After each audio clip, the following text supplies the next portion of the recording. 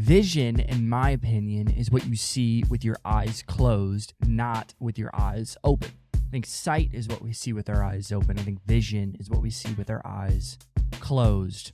The best leaders in the world are people who see things that other people don't see. What does that mean? They have vision.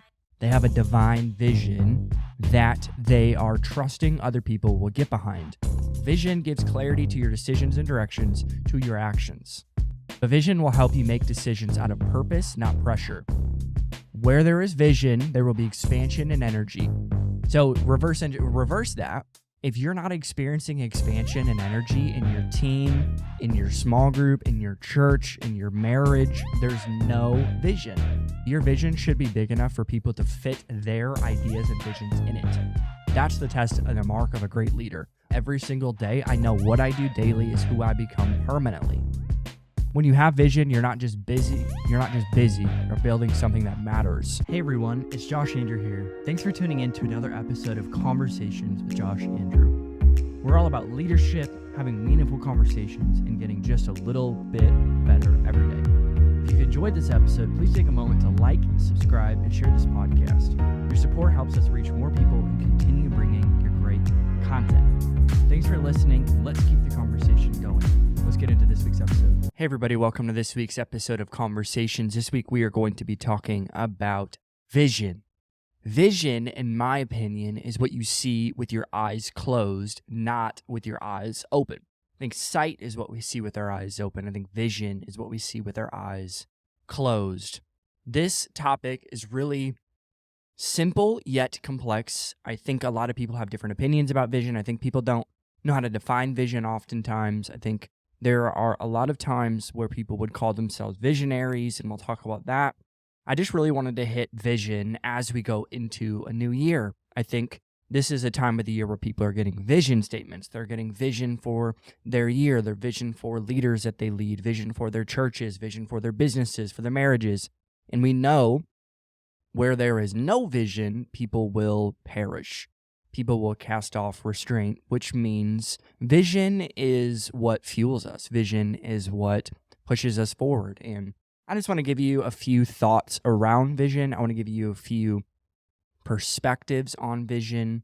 I would say my default personality or design is to be a visionary. I think, again, visionaries sometimes can be misdefined, or people who might not actually be visionaries call themselves that, but really they are different types of strategists, and we'll talk about that in a bit. But wanted to just start with this. If you as an individual, as a leader, if you want to make progress, you need vision. And again, Habakkuk 2:2 makes it simple. It says, write the vision down and make it simple. Anytime you want to do anything regarding vision, there's some practical steps right there. Write it down, make it simple. The best leaders, in my opinion, can make complex things simple. The best leaders in the world are people who see things that other people don't see. What does that mean? They have vision. They have a divine vision that they are trusting other people will get behind. And just as an example here, obviously I'm a church planner. Been doing this for a very long time. Been church planning for a very long time. And something that is, again, as an example, this is not vision. Hey, do you want to be on my load in, load out team, or my bump in, bump out team and help me unload the trailer? No, I don't want to do that. I don't want to push road cases around. I don't want to wake up super early. What I want to do though is I want to change the world.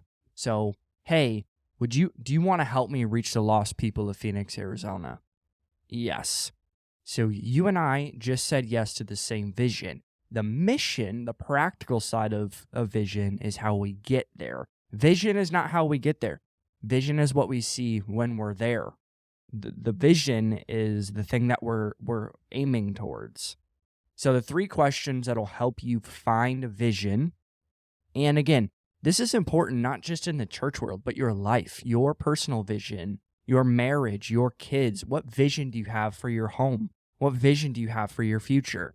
I spend about 6 hours a week in my own life just journaling and writing down what I see in the future. I know that's not realistic for some people. And this is just kind of a side note, I guess an extra nugget here. Your calendar is not what you do and the tasks you get done during the week. Your calendar is what you value.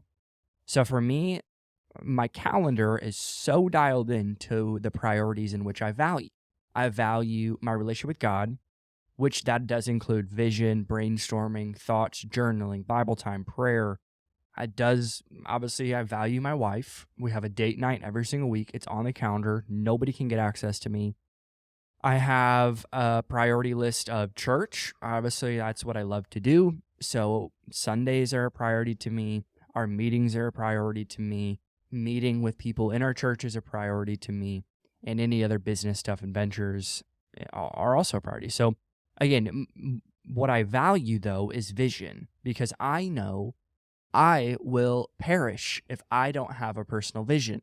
So for me, these are the 3 questions that I believe will help you, that I ask myself twice a week, Wednesday mornings and Friday mornings. I'm asking myself, and then I'm putting it in your context, what are we aiming for? What do we want to see? And what are we wanting to achieve? I think any meeting, any conversation, any service, any event, any team structure, any systems we're adding needs to be these 3 questions. And if you can't answer these 3 questions, it's not vision. What are we aiming for? Like, what is our target? And a lot of times what happens is we move the target because we don't win. So let's just say, this example of adding a service is a great example for church leaders. I want to add a service. Okay, what are we aiming for? We're aiming to add a service. What do we see? We see twice the amount of people going to our services as we do. What are we wanting to achieve? We're trying to achieve XYZ. What would you say to that? I would say you're trying to achieve what? You're trying to achieve more people finding Jesus, more opportunities for people to serve, more people to know God, more people to make a difference.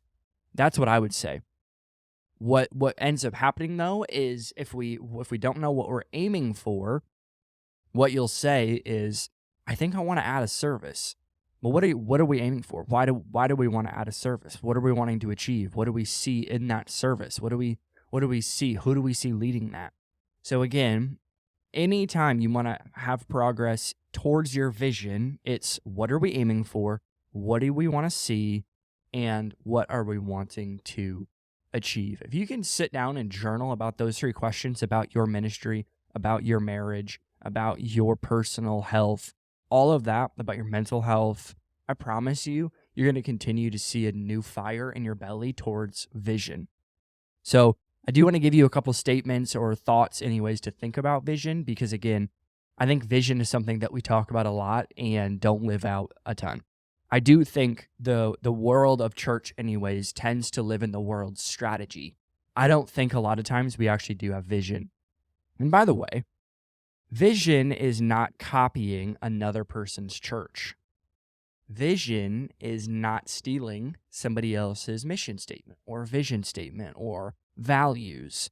Again, I'm not saying any of that stuff is inherently wrong. What I'm saying, though, is we have the same Holy Spirit as the other church across the country or in a different continent. What ends up happening is we become dependent on other leaders or other pastors in the world rather than the actual Holy Spirit, who will give you a divine vision for your city, a divine vision for your neighborhood. And again, he most of the time, in my opinion, won't give you a clear vision for the thing you are trying to build. He's going to give you a vision that he is trying to build through you. Because a lot of times we put our preferences and filters before we get to God so that he ends up just answering the motive, not the actual prayer of vision. So vision is not strategy. Strategy is different. Strategy is the game plan. Vision is the original designer of the game.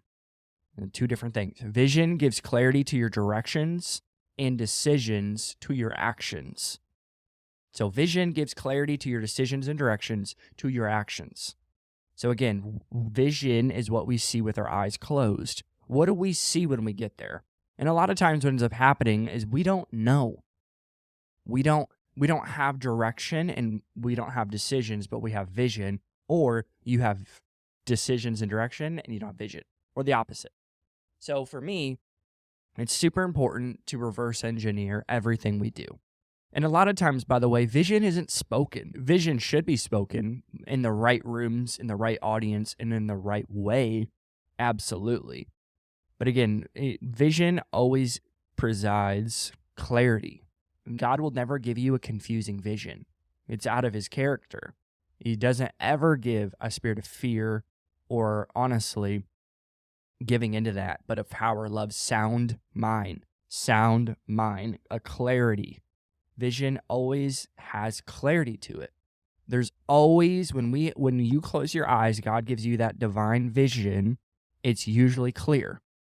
But what's not clear is the strategy. God will never give you the complete roadmap to where you want to go. That's called the journey. God will always give you a journey, because the whole goal of this, by the way, is to get closer to him. The whole goal of him giving you a vision is for you to continually get closer to him. If it doesn't get you closer to him, he is not putting his signature on it, because that's the whole point. So vision will help you make decisions out of purpose, not pressure. If you've got a locked-in vision as a family, as a leader, making decisions not out of pressure is easy, because you are living out of purpose. When you have a vision for your life, you know what you're about and what you're not. You know what you value. You know where you're headed. And where you're headed is way more important than a little decision out of pressure that can come to you. Because a lot of times what ends up happening is we get so insecure, or we get so achiever-focused, achieving, that we end up making decisions out of pressure, not purpose, and because we're not committed to the vision. We are committed to how it feels in the midst of the vision. So that's why I said sometimes we move targets, because the journey can get hard, or that person that you thought was going to be as excellent as they said they were aren't. They're as great of a leader as they are, they're not. And you get into a place where now you're making decisions out of pressure. Now you're forcing your vision in, and pressure sure can produce some, but living out of purpose is a much healthier place. You got to know your purpose. You got to know why you exist, why God created you. Be so secure in that purpose, so secure in that vision, that decision making comes easy to you. Then again, it's little things, it's little peer pressure things, it's little conversations. You're at a dinner table and people are gossiping. It's easy for me to not gossip and jump into that, because I know I have a vision and I have a purpose. Not to say that you don't have a purpose, but I know that the fastest way to disqualify myself from my purpose is to make decisions out of pressure. So, a couple thoughts on when vision is inserted into something. Where there is vision, there will be expansion and energy. So reverse that. If you're not experiencing expansion and energy in your team, in your small group, in your church, in your marriage, there's no vision, because vision always produces expansion and energy. Expansion doesn't just mean building size, by the way. I don't know why every single Vision Sunday that's what we do. Don't point towards a building, point towards a city, and allow people to see themselves solving the problems of their city, and I promise you will see expansion and energy. Expansion and energy. Okay, so what does this mean? People's minds are expanding. People's generosity is expanding. People's mindset towards ministry is expanding. Somebody who was only saying, I can serve twice a month, is now serving every single week. There's energy towards it. Does it feel forced? If you have to continually require things, there's probably not enough vision in the midst of what you're trying to achieve. So again, vision always produces expansion and energy. Vision also produces courage and conviction. So where there is vision, there will be courage and conviction. If you have a team that has courage, that is taking big risks, that is taking big faith steps, and there's conviction behind it, that if nobody else is showing up, I'm showing up. If nobody else gives, I'm giving. If nobody else is going to go door knock and reach people, then I'm going to do that. And that's not a faked manufactured belief system, by the way. People can smell that out from 100 miles an hour. It needs to actually be a true conviction and true courage. Because again, easy decisions don't really need a lot of courage, or mediocre vision doesn't need conviction. And again, I'm not saying your vision's mediocre, but mediocre vision usually has the opposite of expansion, doesn't have energy, there's no courage involved, and there's no conviction. If you have those four things, you have a healthy, thriving, vibrant vision. By the way, your vision should be big enough for people to fit their ideas and visions in it. That's the test and the mark of a great leader. A great leader has a big enough vision for people to steward and house their vision for their family, for their future, for their leadership. Man, tell me about what God has spoken to you about your life and your vision. And if they can communicate a vision and it doesn't make you insecure, you know your vision's big enough for them. And that's just the type of leaders that I want to be around. I want to be around leaders who have big vision, who aren't trying to reach the world to be famous, but they're trying to reach the world because we know that there are lost people in that world. So again, where there is vision, there will be expansion and energy, courage, and conviction. Okay, so vision not only fuels your present steps, but also shapes your future impact. So vision, yes, does fuel my day-to-day life. I know I'm going to wake up, I'm going to have coffee, I'm going to read my Bible, I'm going to work out every single day, I'm going to try my best to be a great husband, to be slow to speak, quick to listen. Why? Every single day, I know what I do daily is who I become permanently. So I'm a day-to-day guy. I'm going to take every single day as it comes. And I know vision also shapes my future impact. Not just my future self, but my future impact. If I actually want to make a difference, if I actually want to reach a city, if I want to actually influence leaders, I know how I steward the vision God gave me today impacts the future impact my family and I will make tomorrow. So for you, I just want to challenge you to do both. Most people are one or the other, and I understand that it is really hard to steward both, and you absolutely can. Vision that fuels your present steps. Every single day, remind yourself what the vision God gave you and why it's important to you and your family, and continue to steward the future. The last few thoughts here. Without vision, even the greatest resources or efforts can feel scattered and ineffective. You can have $10 million in your fundraisers, and you can have services every single week, yet it still feels scattered and ineffective. Some reason you leave church every Sunday and you ask yourself, why did that not feel right? Why did it feel like we're being ineffective? Why did it feel like everyone's just scattered and there's no unity? It's because there's no vision. And again, vision is not who you are going to become in 10 years. It's what we are going to achieve as a team and what we're aiming for and what we see. Usually there's a primary leader who ignites those thoughts, ignites those questions, and gives pictures to what they see in that. Yes. Without vision, though, you can have the most resources and the most effort, and you can still feel scattered and ineffective. If you want to be an effective, dialed in, excellent leader, you need to have vision. And again, you can have personal vision and be underneath and submitted to a vision.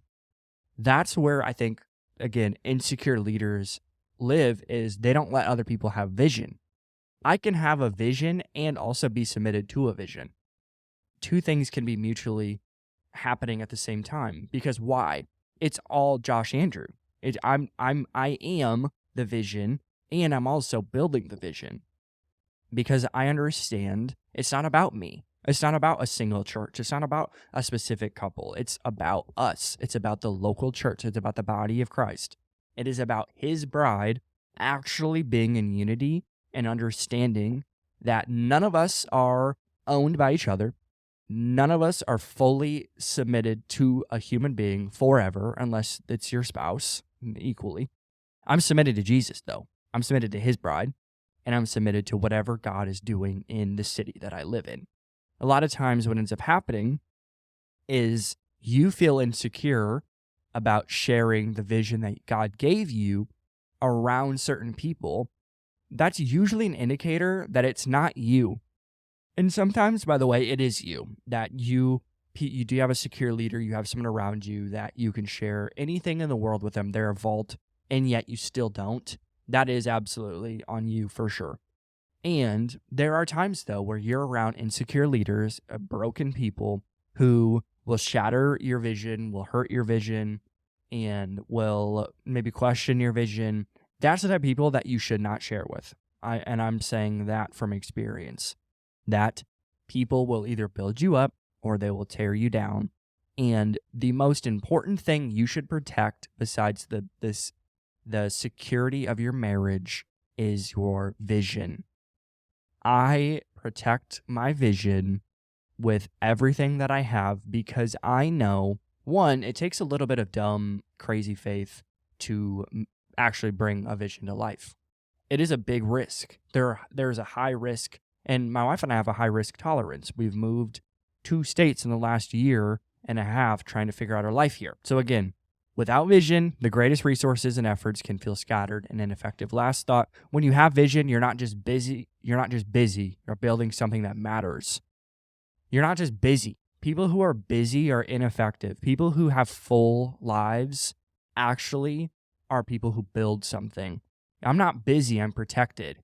That's why I have 6 hours in my work week that are my 6 hours to myself. And it's a part of my life. That's why I have a Sabbath. That's why I have a date night. That's why I go to bed early and wake up early. It's because I'm protected. Because why? I have a vision. When you don't have a vision, you live a busy life because you're willing to do anything and everything, and yet you think that that's actually what's going to achieve the vision. That will not achieve anything besides burnout, weariness, frustration, and bitterness. Not a vision fueled with expansion, energy, courage, and conviction. So again, I'm not busy. I'm building. And you should not be busy either. You should be building. And I can tell I'm in my grace area when I've had margin in my life, when I'm brainstorming, when I'm writing down the things that I'm aiming for, that I see and that I want to achieve. Man, when I write those 3 things down and I journal and give myself margin to think about those things, everything I do just feels a little bit more energetic, and I feel like I have a little bit more courage. I have a little bit more conviction. I know it's shaping my future. It's shaping my son's future. It's shaping my wife's future. Because why? It's a vision that's bigger than just Josh Andrew. It's not about me. It's about me seeing the vision that I have and helping other people see it and making sure they fit in that vision to be themselves and to be the person that God designed them to be. That's why God brings people in your life, by the way. He brings people along the journey for you to fulfill their dreams, to fulfill their vision. And in the midst of fulfilling other people's visions, you will find yourself fulfilling yours. So you are not busy. We're building something that matters. I live a full life. I have a full calendar. From 5 a.m. to 9 p.m., there's something on my calendar. Something might be travel time. Something might be shower. Something might take my dog on a walk. But it's on my calendar because it matters. You show me your calendar, you show me what you value. So I do want to read through this again. I just believe in vision. I think vision is something that we're going to continue to always strive to get better at communicating, get better at seeing, get better at brainstorming. So if you want to make progress, you need vision. The 3 questions that you should be asking yourself is, what am I aiming for? What do I see? And what do I want to achieve? Vision gives clarity to your decisions and direction to your actions. Vision will help you make decisions out of purpose, not pressure. Where there is vision, there will be expansion and energy, courage and conviction. Vision not only fuels your present steps, but also shapes your future impact. Without vision, even the greatest efforts can feel scattered and ineffective. And when you have vision, you are not just busy, you're building something that. Thank you so much for listening to this week's episode of Conversations. Every single week, we are putting out leadership content for anyone. You don't have to be a Christian to follow this podcast. You don't have to believe what I believe to belong here and to feel like you are heard and valued. You are always welcome at the table to have a conversation, because I believe one conversation at a time can absolutely change the world. And I believe that is what we're trying to do. So again, thank you so much for watching this. Please like, subscribe, do all the things that you know you're supposed to do if you find this content valuable. We'll see you next week.